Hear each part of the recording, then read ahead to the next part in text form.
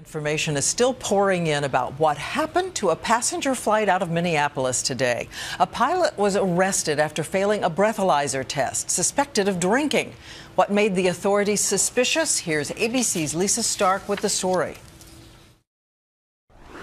It was early morning, the first flight of the day, when the pilot passed through the security checkpoint.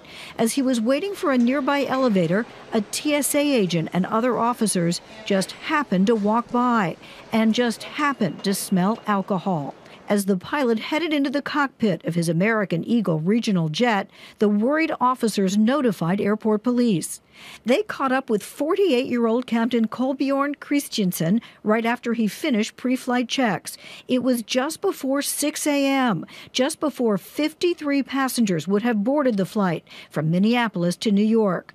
Police say Christiansen failed a preliminary alcohol breath test. He was arrested. The reality is that there is no excuse whatsoever for having alcohol in the bloodstream of a pilot. None.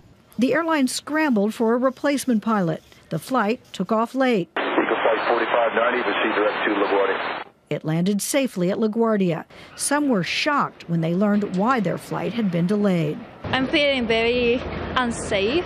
The FAA says incidents are rare. About 12 allegedly drunk pilots arrested a year. In one case in 2002, 2 America West pilots were caught drinking on surveillance tape the night before their flight, and TSA screeners smelled alcohol on their breath the next morning.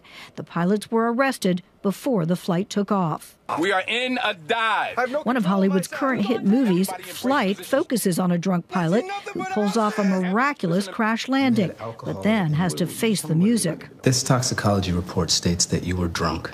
The legal alcohol limit for pilots is 0.04, half of what's allowed for drivers, but still enough to impair judgment. And to give you an idea just how seriously this is taken, in the most extreme cases, pilots can face up to 15 years in prison. In this case, for Christensen, his fate is still unknown. We do not know his exact alcohol level. We do know that he has been suspended pending a full investigation.